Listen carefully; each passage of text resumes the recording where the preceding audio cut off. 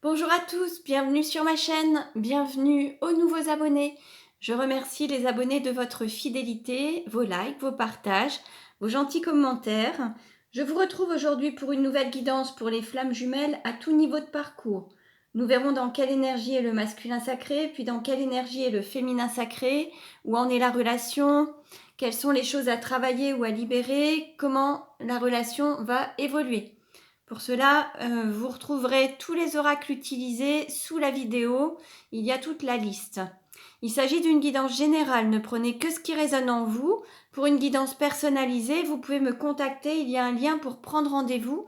Et moi, je vous transmettrai la vidéo de votre guidance personnalisée par mail via un lien YouTube privé. Allez, on commence et nous allons voir dans quelle énergie est le masculin sacré aujourd'hui. Le masculin sacré est une énergie yang, une énergie d'action. Ça peut être un homme ou une femme. Donc vous adaptez à votre situation.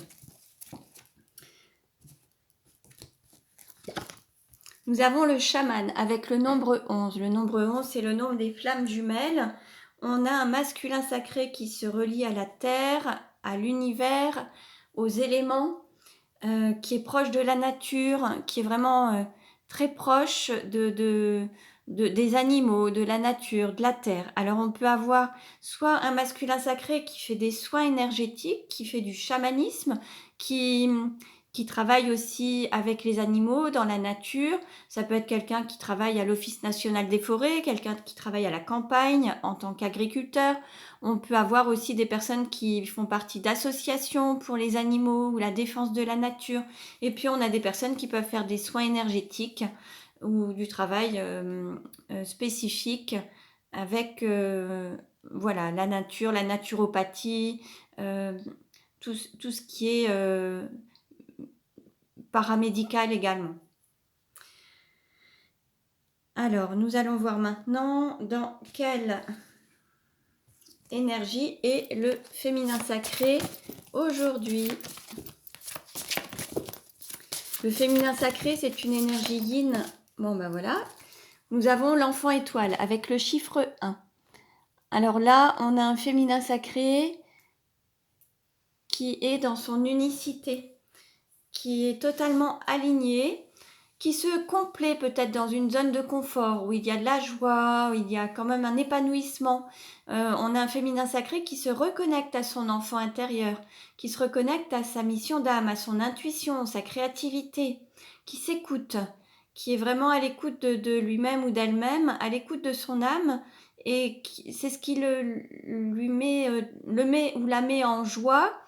Et c'est aussi une reconnexion à l'estime de soi-même, en fait. Il y a vraiment, là, le fait de s'aimer plus lui permet d'être totalement aligné à qui il est ou qui elle est.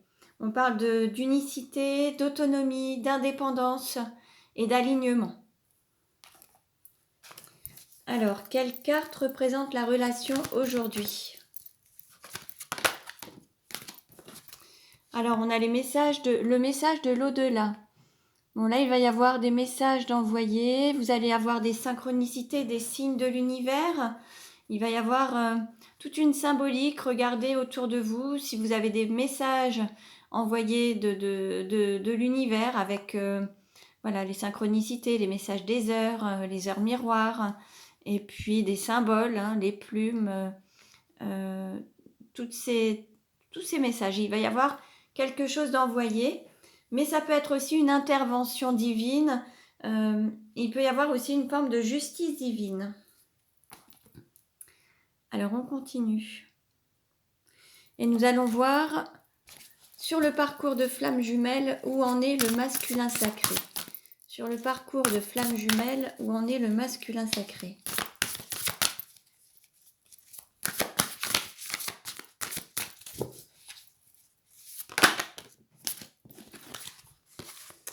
Alors on nous parle de compensation et de compréhension. Il me semble qu'on était déjà dans une phase de compensation lors de la dernière ou l'avant-dernière vidéo, je ne sais plus, mais on était déjà dans cette phase. En fait, là, on a un masculin sacré qui prend conscience, qui comprend la situation, qui comprend qui est son hôte, qui a pris conscience de ce qu'il vivait et de la relation qu'il vit actuellement avec son féminin sacré. Alors, relation actuelle ou passée. En tout cas, il y a une grande compréhension des choses et il y a une compensation des énergies. Donc là, on est dans cette phase de compensation. Je vais vous lire le texte pour que vous ayez des compléments d'information. Alors, pour la compensation.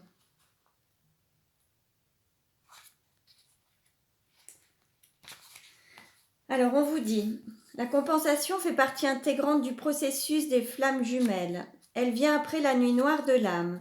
Vous commencez à revivre. Vous trouvez en vous les ressources nécessaires afin de retrouver un équilibre. Vous faites l'acquisition d'énergie que votre autre possède et qui vous manquait jusqu'à présent. Il vous a montré que vous avez compris le processus.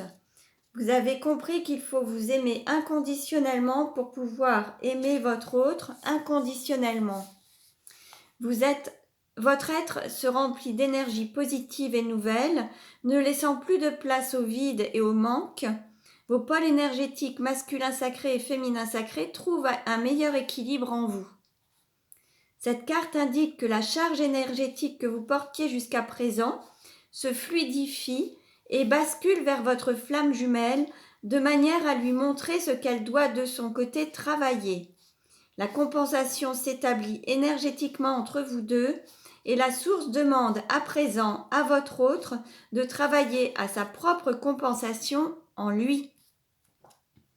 Donc voilà le message. Alors ça peut être le message de la source, le message de l'au-delà. Donc voilà pour le masculin sacré.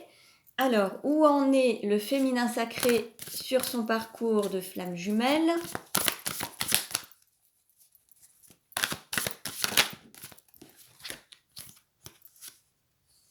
On nous parle de mission divine et de 5e dimension. Bon, vous vous reconnectez, vous vous retrouvez en 5D. Ça, c'est sûr. Vous savez que vous avez une mission divine. Il y a une mission peut-être à vivre ensemble. Ça fait partie aussi peut-être de votre incarnation. Vous avez quelque chose à faire ensemble. Alors, je vais vous lire le texte concernant la mission divine. Les flammes jumelles ont une mission divine, servir la source afin d'aider, à leur petite mesure, la terre et l'humanité. Pour cela, la source veille à votre accomplissement et vous envoie des balises lumineuses pour éclairer votre route. Ces balises peuvent prendre la forme d'un renouveau inattendu, permettre l'amélioration d'une situation ou encore donner lieu à des événements rapides et positifs, mais non prévus au départ. Tout cela est mis sur votre route pour vous pousser sans cesse vers la réalisation de votre mission de vie. Vous en prenez de plus en plus conscience. La rencontre de deux flammes jumelles n'est pas une histoire d'amour classique et romantique.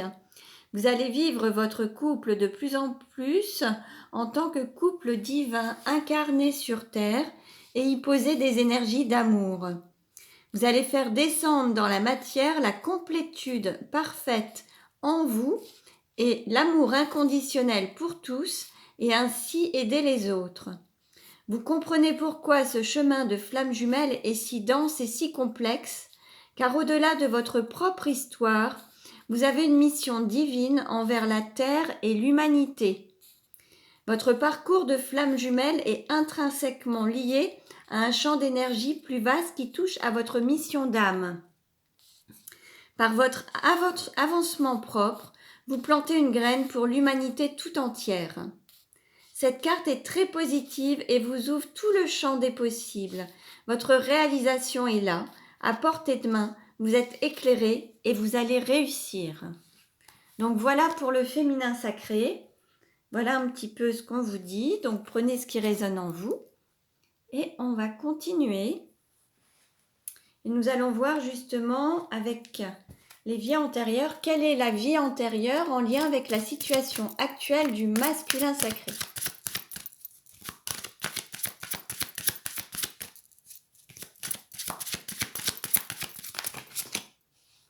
Là, on en a plusieurs.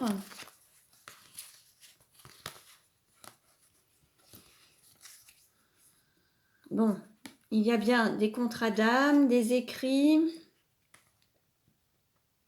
Alors, on peut avoir un masculin sacré qui aurait tendance à se rebeller par rapport à votre contrat d'âme et qui aurait déjà des engagements avec une autre personne ou une énergie tierce.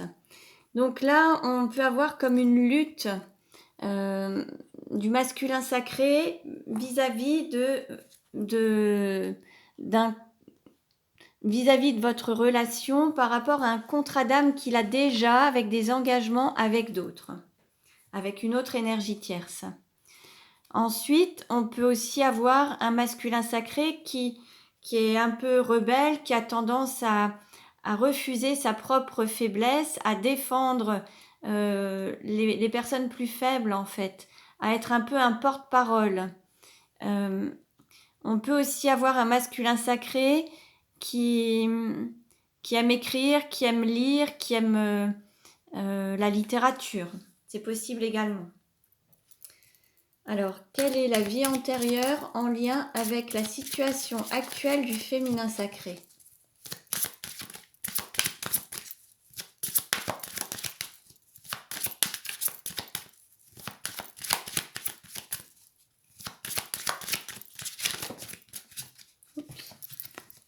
Là, on a la guérison d'âme. Là, on a un féminin sacré qui travaille dans la guérison d'âme, alors qui fait des soins énergétiques, qui peut aider les autres à guérir leur âme, guérir leurs blessures avec ses mains, qui peut travailler avec ses mains.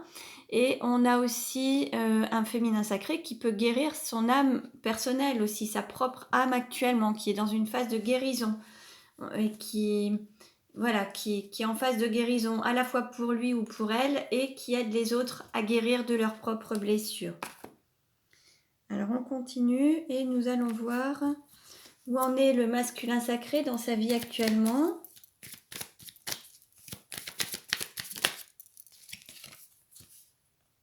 Alors on nous parle de temps de pause, de guérison également et de prendre du temps pour soi. Là, on a un masculin sacré qui prend peut-être un petit peu de recul, qui a besoin de se reposer son esprit, reposer sa réflexion, ses pensées, qui prend un petit peu de recul par rapport à ça pour vraiment s'apaiser.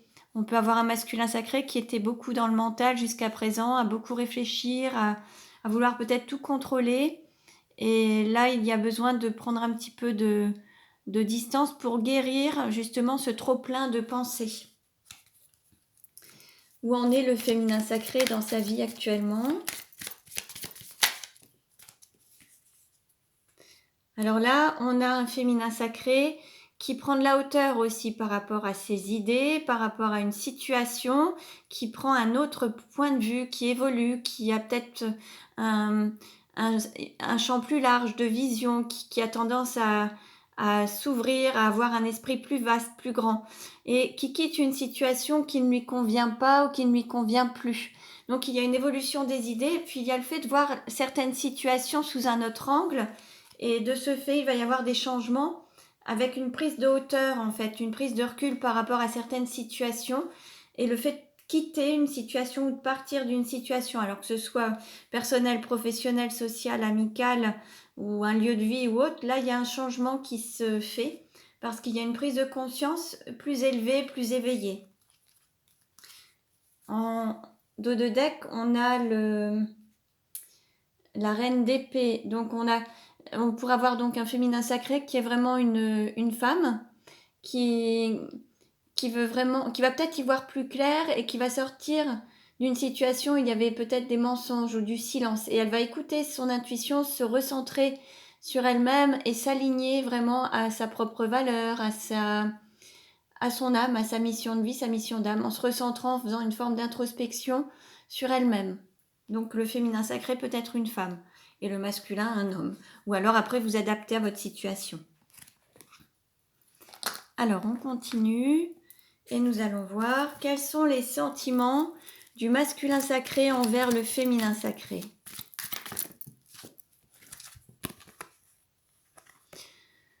Alors là, c'est relativement instable. Il faudrait que le masculin sacré prenne une décision avec son âme, en fait, plutôt que le mental et ses peurs. Parce qu'en fait, c'est ce qui donne justement l'instabilité dans cette relation. c'est le fait de ne pas toujours écouter son cœur et d'être plutôt dans le mental, ses peurs ou sa raison. Donc là, on invite le masculin sacré à écouter son cœur plutôt que son mental et ses peurs et sa raison en fait. Hein. Quels sont les sentiments du féminin sacré envers le masculin sacré? Là, on est dans une forme de non-communication, pas de dialogue, et puis un isolement, une solitude. Besoin de s'isoler, de sortir peut-être de quelque chose. Il y a peut-être eu une destruction et il y a besoin de prendre le recul nécessaire pour reconstruire sur des fondations solides. Mais là, il y a peut-être aussi des fondations ou des croyances ou des pensées qui étaient existantes. Et là, tout s'est détruit. Et là, on a un féminin sacré qui a besoin de s'isoler, peut-être de quitter une situation et pour mieux comprendre les choses. En tout cas, pour le moment, il n'y a pas de communication avec son autre. Comment le masculin sacré se projette-t-il avec son autre, avec le féminin sacré?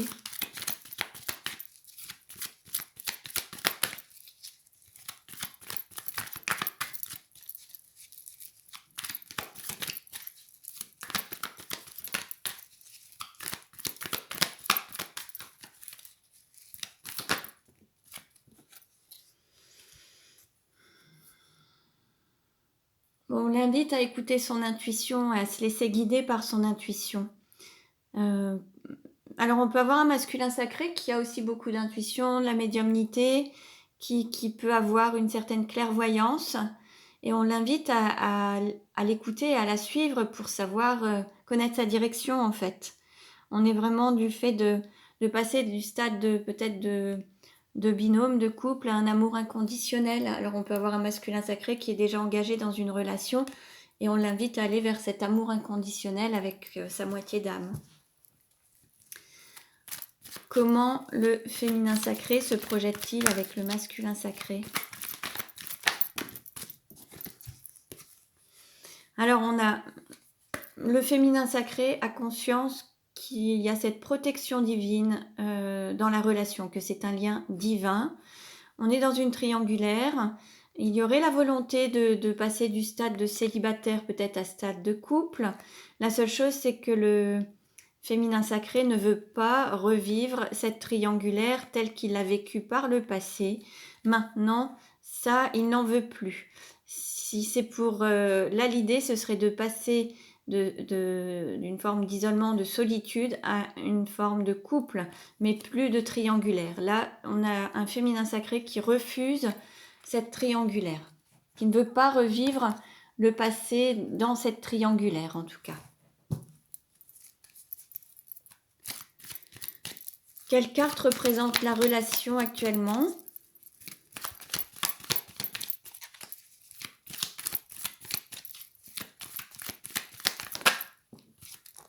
On est dans une période de guérison, d'équilibre entre vous. Voilà, il y a cet équilibre, cette unicité, cet alignement. Vous êtes dans cette phase de guérison. Alors, on va voir comment ça va évoluer. Comment la relation va-t-elle évoluer?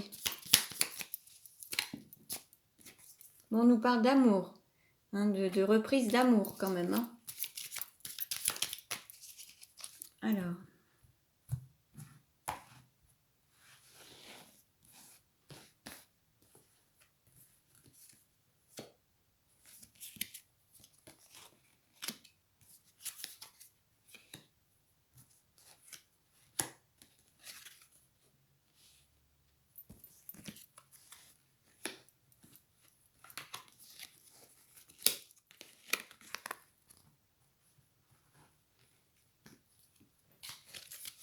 Voilà. Alors, en dos de deck, on a une possibilité, une opportunité à saisir, une porte qui s'ouvre, qui était restée fermée. Ah voilà, j'ai une carte en trop, je vais la prendre. Bon, on nous parle d'étapes, toujours de triangulaire, mais il y a quelque chose qui va bouger par rapport à ça. Alors...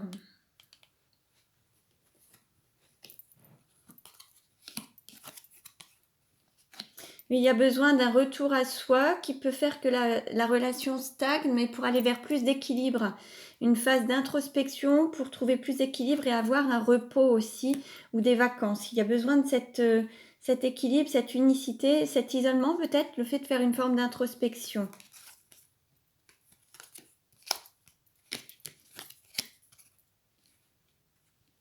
Alors il y a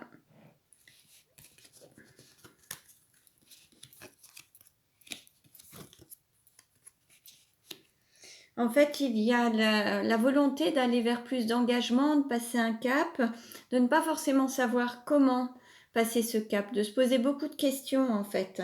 Et c'est ce qui peut attrister ou chagriner l'un et l'autre. Ça génère une forme de tristesse. Il y a le fait aussi d'être dans le don et le recevoir, de recevoir peut-être un cadeau. Il y aura une forme de sexualité avec un retour du passé. Donc, ce retour du passé, c'est pas ce qui vous réjouit le plus. Et l'idée, c'est de se demander si on reprend une forme de sexualité ou si ça reste un petit peu le calme plat. L'idée, c'est de trouver un équilibre dans cette sexualité sacrée, en fait, d'incarner à la fois l'amour divin dans la matière, le corps, mais toujours avec un échange et une réciprocité, être dans le don et le recevoir, et qu'il n'y ait pas justement cet enfermement dans cette triangulaire, parce que c'était ce qui ressortait un petit peu. Il va y avoir un changement par rapport à la triangulaire, mais une opportunité à saisir, une renaissance du lien qui vous amènera plus d'épanouissement. Alors peut-être que ce sera pour ceux et celles qui n'avaient pas eu de sexualité jusqu'à présent, ça peut être de passer ce cap. Il va y avoir une élévation, quelque chose qui va évoluer dans votre relation. Après avoir eu une forme d'introspection et de recentrage sur soi, de se remettre en soi et d'être uni et aligné à l'intérieur de soi, vous allez recevoir comme un cadeau de l'univers. L'idée, c'est d'être aussi dans la réciprocité, le don et le recevoir. Et là, en fait, il y a beaucoup de questionnements par rapport au fait de se dire est-ce qu'on reste sur une relation platonique ou est-ce qu'on passe à la sexualité sacrée? Et puis, avec une forme de reprise justement de la relation, parce qu'aujourd'hui, la distance vous attriste en fait. Il y a vraiment un questionnement sur l'idée de savoir comment faire. Et en fait, il y a vraiment beaucoup de chagrin, beaucoup de tristesse. Et puis certains ne veulent pas voir la vérité en face, se voilent la face. Certains ne veulent pas ouvrir les yeux sur la réalité. Certains se voilent la face et se font semblant. En tout cas, on peut parler de vacances, on peut parler de repos, de voyage. Il peut y avoir une reprise après une période de détente, de repos, de vacances. Et c'est ce qui vous permettra peut-être d'y voir plus clair. Donc voilà pour aujourd'hui, voilà pour vous. J'espère que cette guidance vous a plu. Vous pouvez liker, mettre un pouce si vous le souhaitez, vous abonner si ce n'est déjà fait.